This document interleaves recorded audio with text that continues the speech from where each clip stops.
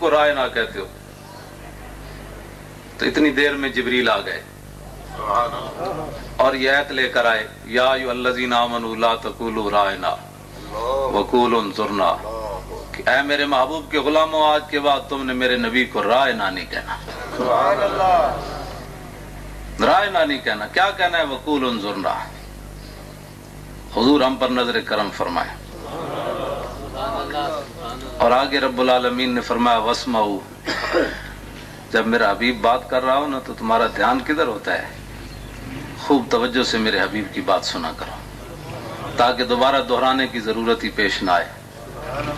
اور وَلِلْكَافِرِينَ عَذَابٌ عَلِيمٌ، اور کافروں کے لیے دردناک عذاب ہے۔ یہ اس آیت کا معنی ہے اور یہ اس آیت کا شان نزول ہے۔ اب جب رسول اللہ کے غلام نے یہ بات کر دی،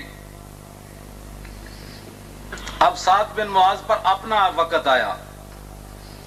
یہ ایک حدیث مبارکہ ہے، نبی علیہ السلام نے حضرت عبداللہ بن عباس کو فرمایا کہ اے لڑکے، اچھے حالات میں رب کو یاد کرنا، توجہ، اچھے حالات میں رب کو یاد کرنا، جب تمہارے اوپر سخت وقت آئے گا نا تم رب کو اپنے سامنے پاؤ گے۔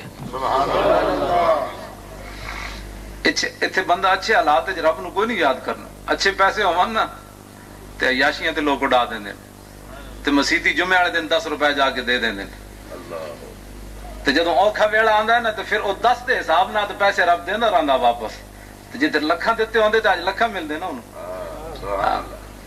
روٹی تو دیندا رہندا کیونکہ 10 جمع کرائے ہوئے اس تے کئی کو نہ کر کے واپس 10 ہی دیندا اس بندے نو، کیونکہ سوکھے ویلے انہیں رب نو نہیں دیتے پیسے، جے سوکھے والے دیتے ہوندے تے اج اوکھے ویلے لکھاں واپس آ جاندے۔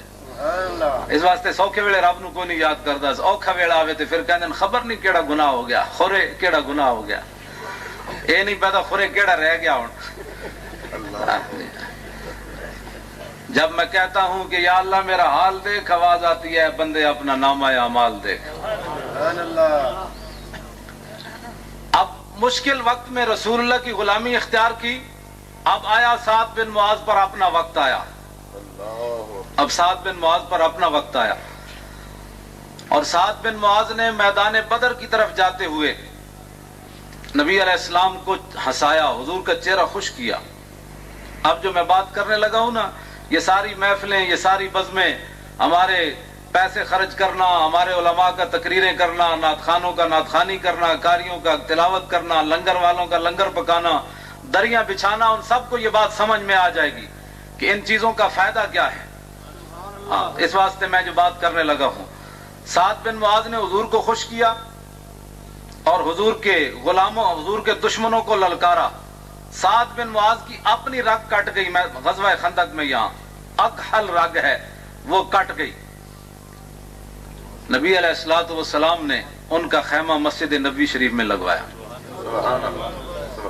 حضور نے فرمایا میں نبیوں میں جو آخری نبیاں تے میری مسجد بھی آخری مسجد، فرمایا میرے بعد نبی کوئی نہیں آنا تو میرے تو بعد کسی مسجد نبوی کوئی نہیں بننی، مسجد نبوی میری ہے کیونکہ میں آخری نبی ہوں۔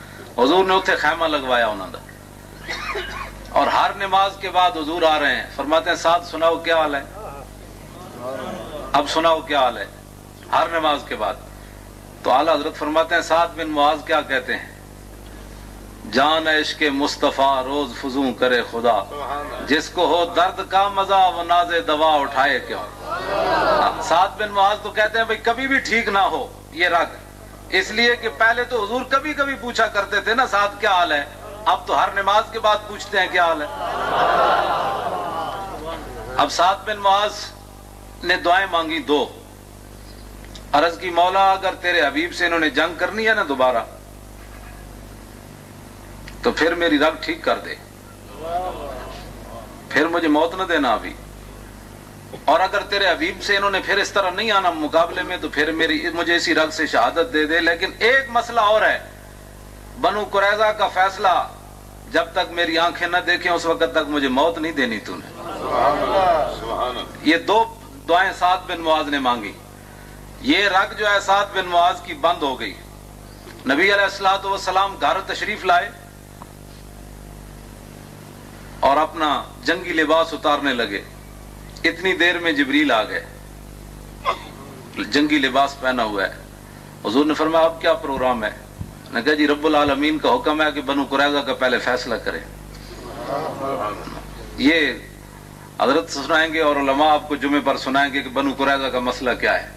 ہاں وہ اگر ان کا کامیاب ہو جاتا مشن تو مدینہ پاک میں ایک بندہ بھی نہ بچتا.